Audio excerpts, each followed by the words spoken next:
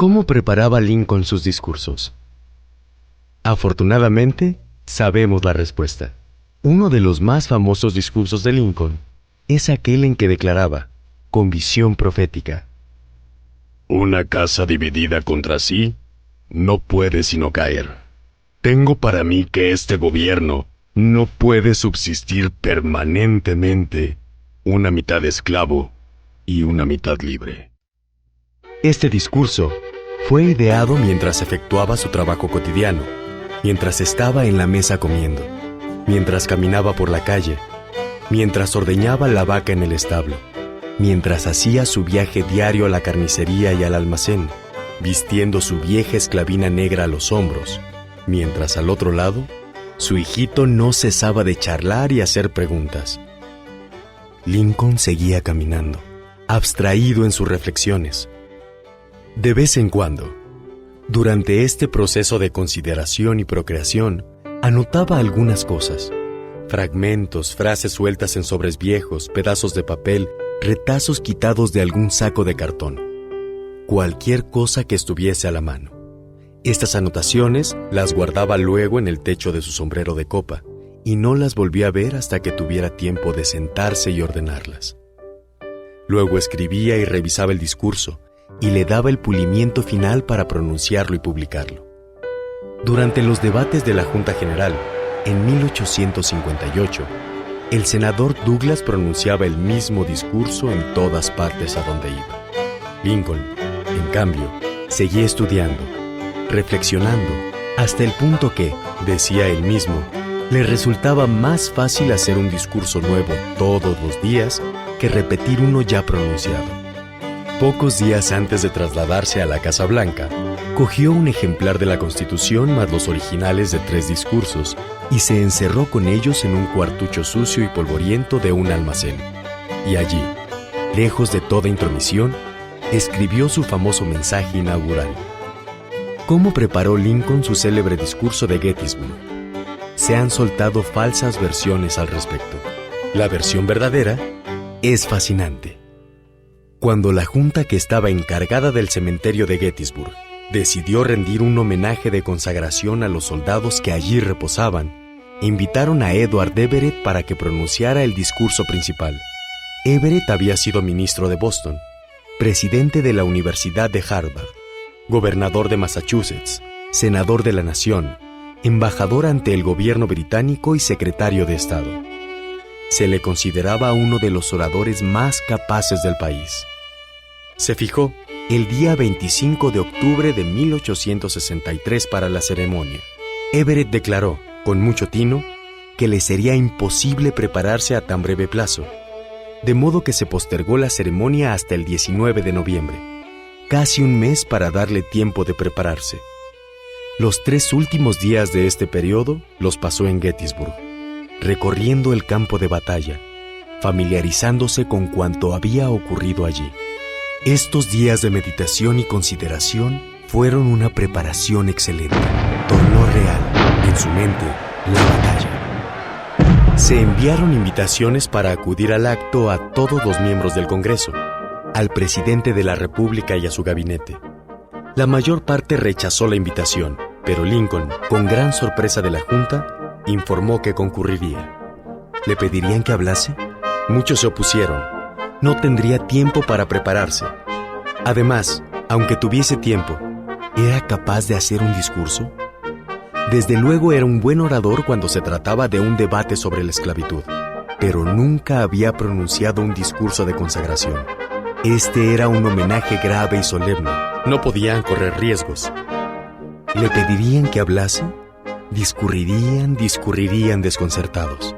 Pero 1000 veces más desconcertados habrían quedado si hubiesen podido obtener una vislumbre y ver que este hombre, de cuya capacidad oratoria estaban dudando, iba a pronunciar lo que hoy se considera uno de los discursos más importantes que jamás se hayan pronunciado.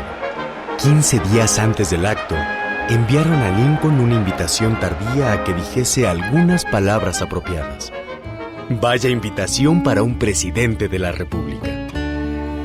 Lincoln comenzó a prepararse inmediatamente. Escribió a Edward Everett, Consiguió una copia del discurso que pronunciaría este clásico humanista y, cuando 2 o 3 días más tarde fue a una galería fotográfica a que le hiciesen un retrato, llevó el manuscrito a Everett y lo leyó mientras esperaba que el fotógrafo se aprestase. Pensó en el discurso durante varios días. Pensó mientras iba a la Casa Blanca, al Ministerio de Guerra, mientras volvía. A la espera de partes telegráficos, redactó un bosquejo aproximado en un papel de oficio que luego guardó en su sombrero de copa. Meditaba sin cesar sobre el discurso y, sin cesar, el discurso iba cobrando forma. El domingo anterior al acto dijo a un amigo: No está precisamente escrito, ni siquiera está terminado. Lo he escrito 2 o 3 veces y no estaré satisfecho hasta que le dé otro retoque. Llegó a Gettysburg la noche anterior al homenaje. El pueblo estaba lleno de bote en bote. Los 1,300 habitantes que eran su población normal se habían alimentado súbitamente hasta 15,000. Las aceras estaban abarrotadas, intransitables, y hombres y mujeres se veían obligados a caminar por las fangosas calles. 6 bandas tocaban música. La multitud cantaba. La gente se apeñuscaba delante de la residencia del señor Wills, anfitrión del presidente. Le cantaban serenatas. Le pedían que hablase. Lincoln respondió con pocas palabras que dejaban entrever, con más claridad que tacto, quizá, su deseo de no hablar hasta el día siguiente. Lo cierto es que pasó parte de la noche dando a su discurso otro toque. Hasta fue a una casa vecina, donde se hospedaba su ministro Seward, y le leyó el discurso para que lo criticara. Después del desayuno, a la mañana siguiente, procedió a darle otro toque, trabajando sin descanso hasta que golpearon a la puerta para informarle que ya era la hora de ocupar su puesto en la procesión. Solo podemos inferir que, aún en ese momento, estaba repasando su corto discurso de 10 inmortales oraciones, dándole otro toque. Algunos de los discursos de Lincoln, aquellos en que solo tenía interés superficial, fueron fracasos rotundos. Pero era un orador consumado cuando hablaba de la esclavitud y de la unión del norte y el sur, porque continuamente meditaba sobre estos problemas y los sentía profundamente. Un compañero que compartió una pieza con él una noche en una posada, se despertó a la mañana siguiente cuando salía el sol y vio a Lincoln que, incorporado en su lecho y mirando fijamente a la pared, decía: Este gobierno no puede subsistir permanentemente una mitad esclavo y una mitad libre.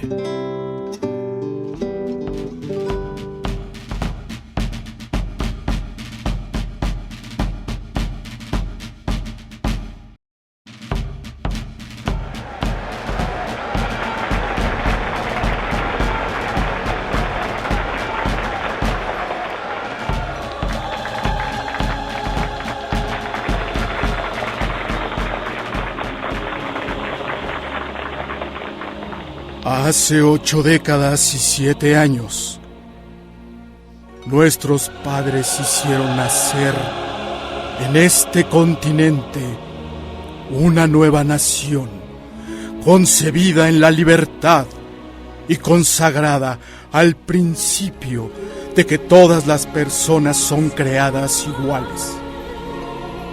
Ahora estamos empeñados en una gran guerra civil que pone a prueba si esta nación o cualquier nación así concebida y así consagrada puede perdurar en el tiempo.